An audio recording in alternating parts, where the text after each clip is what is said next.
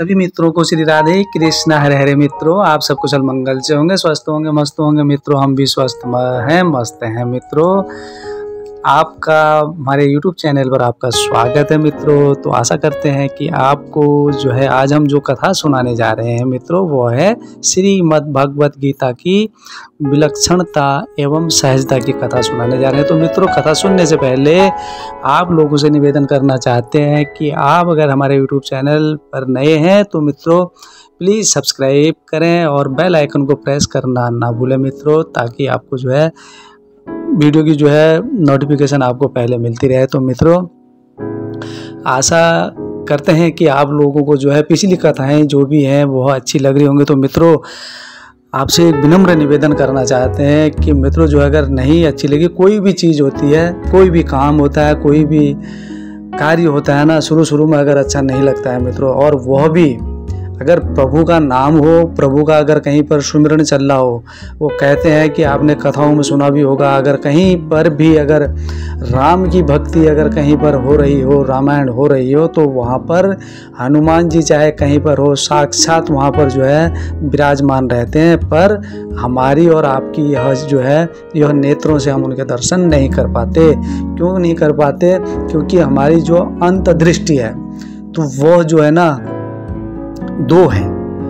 तो मैंने इसकी पिछली जो कथा में मैंने जो सुनाया है अंतर्दृष्टि की जो कथा, वो भी मैंने डिस्क्रिप्शन में डाल रखी है, उस कथा को भी आप सुन सकते हैं। तो तब कहते हैं कि वो ऐसे लीन हो जाते हैं कि जो है उनको किसी चीज़ की भी सुध बुध नहीं रहती है। जहाँ पर राम स्तुति होती है तो वहाँ पर हनुमान जी जो है बस अपनी सुध बुध खो करके उसी में रमे रहते हैं। तो ये होती है कि प्रभु की जो स्मरण शक्ति, जो प्रभु की जो लीला है, तो वह कहीं पर भी आदमी को जो है भटकने नहीं देती है। तो मित्रों, आपने जब एक बार सुनी होगी कथा, वो भी सुनी होगी कि जब हनुमान जी जो है अपना प्रभु भक्ति में लीन थे तो शनिदेव महाराज आते हैं, तो वह जो है उनको कितना परेशान करते हैं, वो अपनी पूंछ में लपेटते। तो कई ऐसी प्रभु की तो ऐसी कथाएं हैं, उनकी ऐसी लीलाएं हैं कि उनका वर्णन करना भी हमें पता नहीं कितने युगांत हम लोग कैसे कैसे साधु संत इस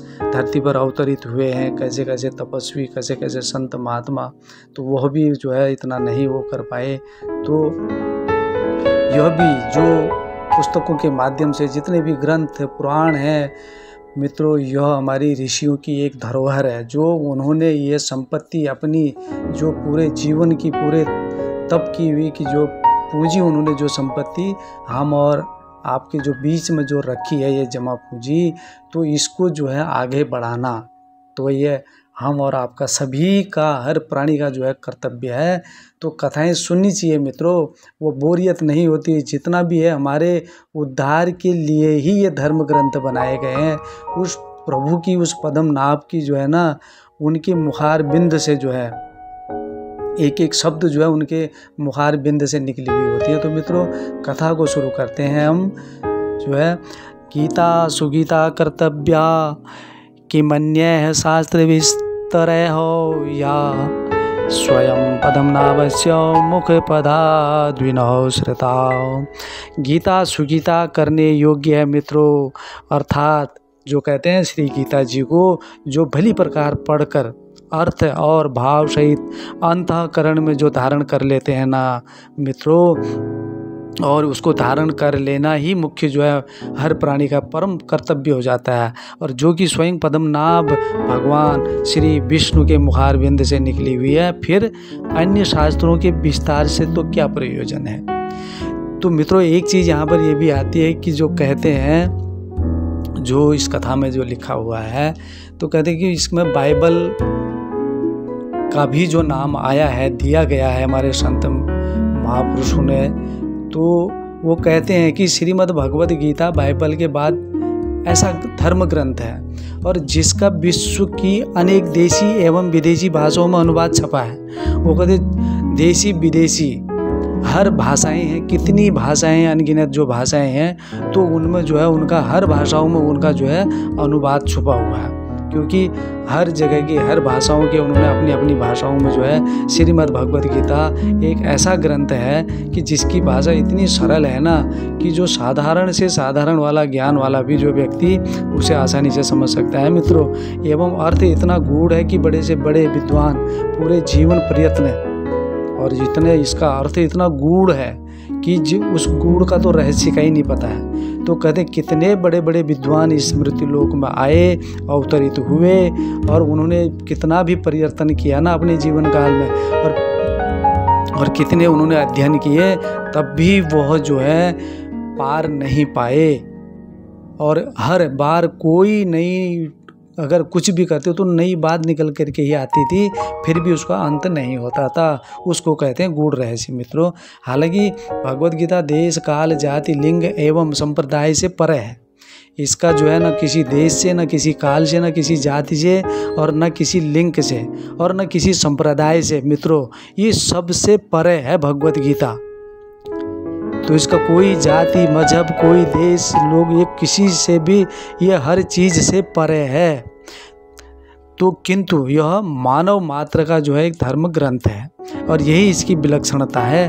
अगर हम इसका अध्ययन अगर करें तो इसकी 4 विलक्षणताएं हैं मित्रों, और वो है साधना का भौतिक आधार ब्रह्मचर्य एवं उपवास है। और सभी धर्म जो है इस पर जोर देते हैं, साधना में भौतिकता और आधार और ब्रह्मचर्य और उपवास। तो उपवास में चंद्रयान व्रत और फल जल वायु इत्यादि के सेवन पर जोर दिया जाता है। किंतु गीता के जो अध्याय हैं, गीता के अध्याय 6 के श्लोक नंबर 16 के अनुसार यह योग न तो बहुत खाने वाले को, ना बिल्कुल जो है न खाने वाले को, और न बहुत जो है शयन करने वाले को यानी कि सोने वाले को, और स्वभाव वाले को, और न सदा जो है जागने वालों को भी सिद्ध होता है। और क्या कह रहे हैं वो, ना तो जो है न तो ये योग से, और न ये बहुत खाने वाले को, और न बिल्कुल न खाने वाले को, और न बिल्कुल जो स्वयं करते हैं, और जो अधिक जो स्वभाव वाले हैं, और न जो सदा जागने वाले को है सिद्ध होता है। तो यही बात तप के संबंध में भी है।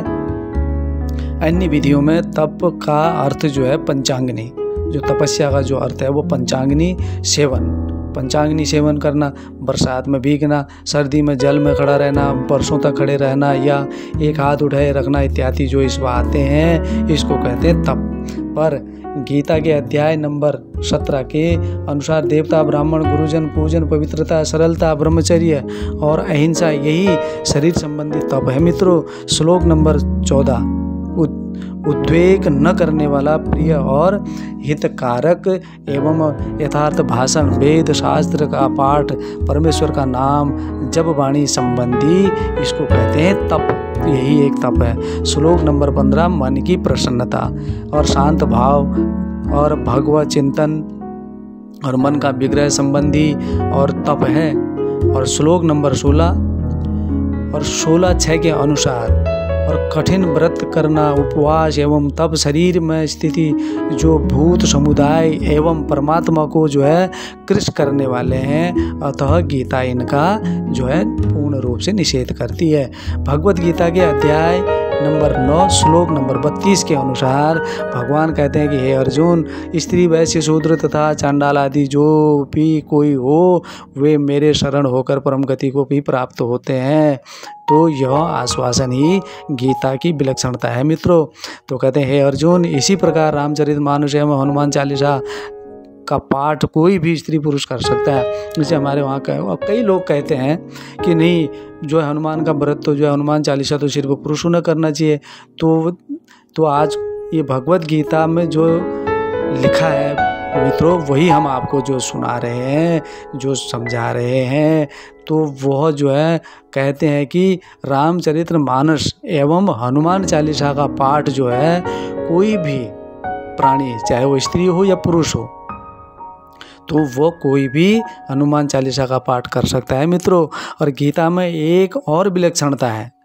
गीता के 18वें अध्याय के अनुसार जो ब्राह्मण, क्षत्रिय, वैश्य तथा शूद्र जो अपने स्वभाव से, जो अपने कर्मों के द्वारा ना मित्रों जो पूजा करते हैं, निष्काम कर्मों के द्वारा, जो वह भी जो है परम सिद्धि को प्राप्त होते हैं। तो मित्रों जब प्रभु ने, उस परम पिता ने तो ये 4 जो वर्ण बनाए हैं, तो इसमें तो कहीं भी जाति पाति ऊंच नीच का उन्होंने कोई भी भेदभाव नहीं करा, क्योंकि हर तो उनका अंश है। तो जो है कर्म के आधार पर जो है नाम दिए गए हैं, जिसने जैसा कर्म किया उसको जो है वैसा नाम दिया गया है। वर्ण 4 ही थे, तो अर्थात जो है इन सब का जो है स्वाभाविक कर्म ही पूजा है और पूजा ही कर्म है। और यह विधि एवं ईश्वर प्राप्ति का मार्ग किसी अन्य धर्म में आपको नहीं मिलेगा मित्रों। चाहे अन्य धर्म जो है तो उन धर्मों में नहीं मिलेगा, क्योंकि सनातन धर्म ही सर्वोपरि है। श्रीमद् भगवत गीता जो कहती है, जो हमारा सनातन जो धर्म कहता है, सर्वप्रथम वही है और वही था, वही है और वही रहेगा। जो है काल पर काल बीतते रहें तो चौथे से 5वां युग भी फिर भी सतयुग ही आएगा। तो यह जो है और किसी शास्त्रों में आपको यह चीज़ें नहीं मिलेंगी। गीता के आंतरिक दूसरे धर्मशास्त्रों, धर्माचार्यों, संप्रदायों में ब्रह्मचर्य का महत्व स्वीकार करते हुए तो स्त्री को भी जो है नरक का द्वार एवं हेय बताया गया है। किंतु गीता ही एकमात्र ऐसा शास्त्र है जहाँ आसक्ति का निषेध किया गया है। अध्याय नंबर 2 श्लोक नंबर 18 के अनुसार संपूर्ण कर्तव्य कर्मों को आसक्ति एवं फलों का त्याग करके अवश्य करना चाहिए। वो कहते हैं कि भगवद गीता अध्याय 2 श्लोक 18 तो इनके अनुसार संपूर्ण कर्तव्य जो होते हैं को आसक्ति, स्वच्छ मन से निर्लिप्त होकर के और हर किसी चीज़ की या कामना करके, कामना प्रभु के ऊपर छोड़ना हमारा काम है, कर्म करना। तो इन चीज़ों का अगर त्याग करे आदमी, कर देना चाहिए। तो अध्याय नंबर 3 श्लोक नंबर 6 के अनुसार जो मूढ़ बुद्धि मनुष्य समस्त इंद्रियों को दृढ़तापूर्वक ऊपर से रोक कर और मन से उन इंद्रियों के विषय का जो चिंतन करता रहता है ना, वो मिथ्याचारी है। अब हमारे जो अंतरात्मा की नहीं सुन रहे हैं, तो हम जो है अपने इंद्रियों को बाहरी मन से जो है हर चीज़ का जो है चिंतन करते हैं। हमें ये भी मिले, वो भी मिले, ये भी करेंगे, वो भी करेंगे, ये मेरा, ये तेरा, ये अपना, ये पर जो करते रहते हैं, तो ये मिथ्याचारी है। और जो आज इस मृत्यु लोक में, जो हमारे देश में, जो काल में जो चल रहा है ना मित्रों, ये किसी से छुपा हुआ नहीं है। तो यही मिथ्याचार फैल रहा है। और धर्म का प्रचार प्रसार जो इतने जो है पंडाल जो लगते हैं, जो इतनी हमारे टीवी के माध्यम से आज तो हर किसी के पास सोशल मीडिया के माध्यम से तो इतना बड़ा प्लेटफार्म है, हर किसी को जो है ये चीज़ें धर्म फैलाने वाले फैला रहे हैं। लेकिन मिथ्याचारी फिर भी उसमें जो है अपने अपने कुछ न कुछ जो है भड़काने पर लगे हुए हैं। तो मित्रों, और आज संपूर्ण विश्व में यही मिथ्याचार जो है, संपूर्ण विश्व परेशान है इस मिथ्याचार से। इसलिए अनाचार इतना बढ़ रहा है।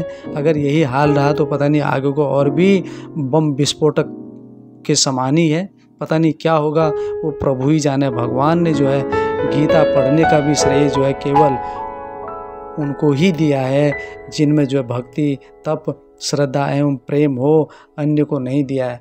तो मित्रों, यह श्रीमद् भगवद गीता की जो हमने कथा सुनाई आपको ज़रूर अच्छी लगेगी। आप कमेंट शेयर भी करेंगे मित्रों, अपना सपोर्ट भी बनाए रखेंगे। तो अगली कथा हम लेकर के आएंगे आपके सम्मुख, श्री राम का रूप एवं शीलता की हम आपको कथा सुनाएंगे। तो मित्रों, थोड़ी जो है लंबी भी होगी, 2-3 पेजों की है, तो हम आपको आपके बीच में लाएंगे कथा।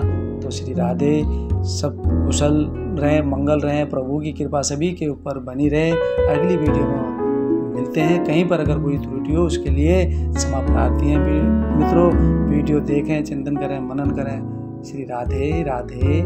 मित्रों, आपको यह कथा अच्छी लगी होगी तो आप जो है कमेंट बॉक्स में अपने सुझाव जरूर दें मित्रों, और वीडियो सुने, पूरा सुने मित्रों।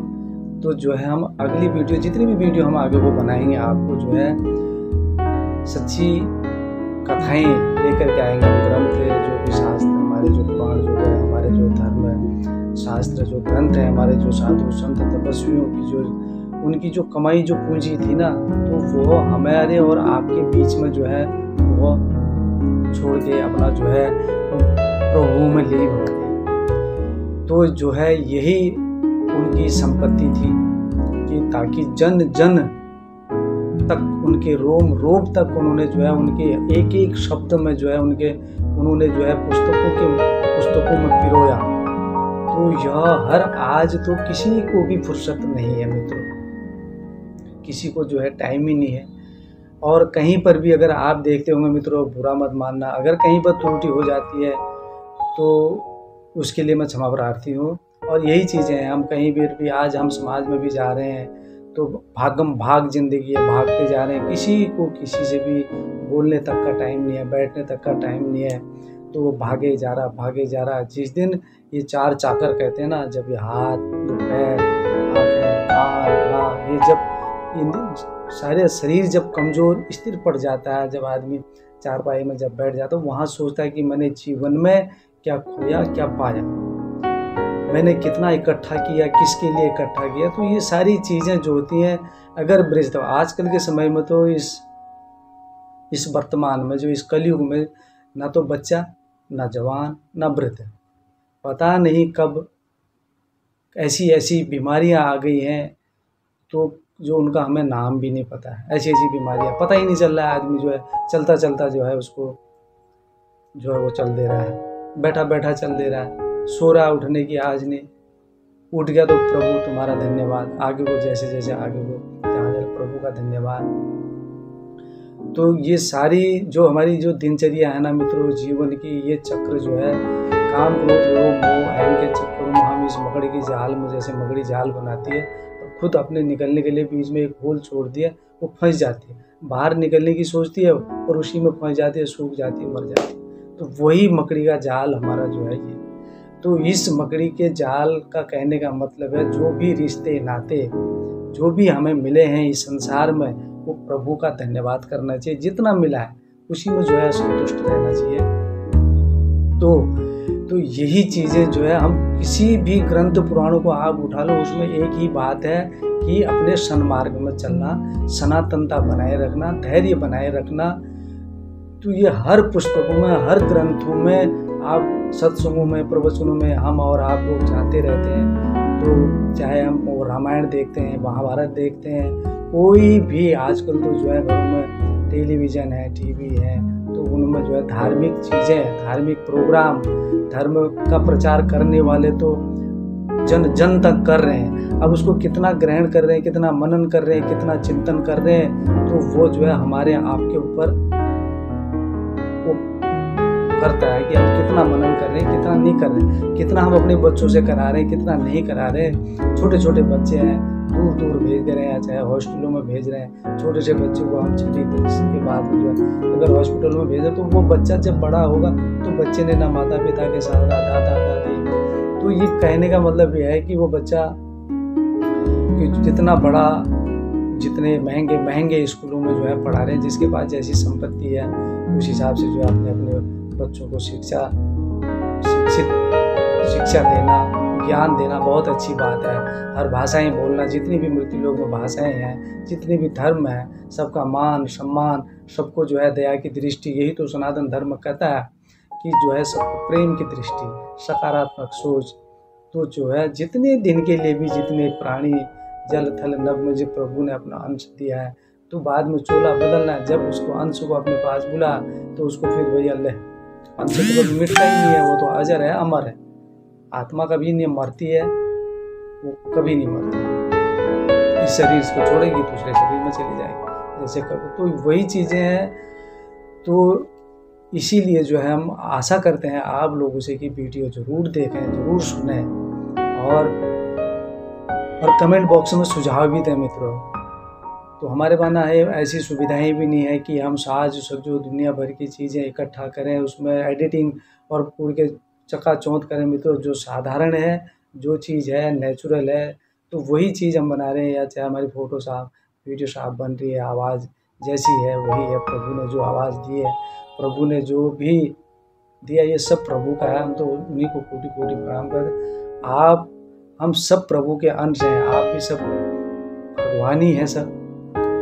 तो जो है एक दूसरे को जो है हमारा कर्तव्य वही है, हमारा जीवन का उद्देश्य वही है कि प्रेम की वाणी बोलना, उस प्रभु का जो है गुणगान करना और गुणगान कराते चलना। जब उसका बुलावा आ गया तो मृत्यु लोक से चले जाना। तो इसी के साथ हम आज की जो है वीडियो यहीं पर जो है समापन करते हैं मित्रों, और आशा करते हैं आपको अच्छी लगेगी। और हम आगे को भी जो है इसी प्रसंग को जो है आगे बढ़ाएंगे, कथाएं अच्छी अच्छी कथाएं लेकर के आएंगे। तो आप जो है बने रहें और सब्सक्राइब करें, बेल आइकन को प्रेस करना जो है बिल्कुल ना भूलें मित्रों। तो अपना सपोर्ट बनाए रखें। तो इसी के साथ हम इस कथा समापन करते हैं। श्री राधे कृष्णा, हरे हरे, सब कुशलम मंगलम।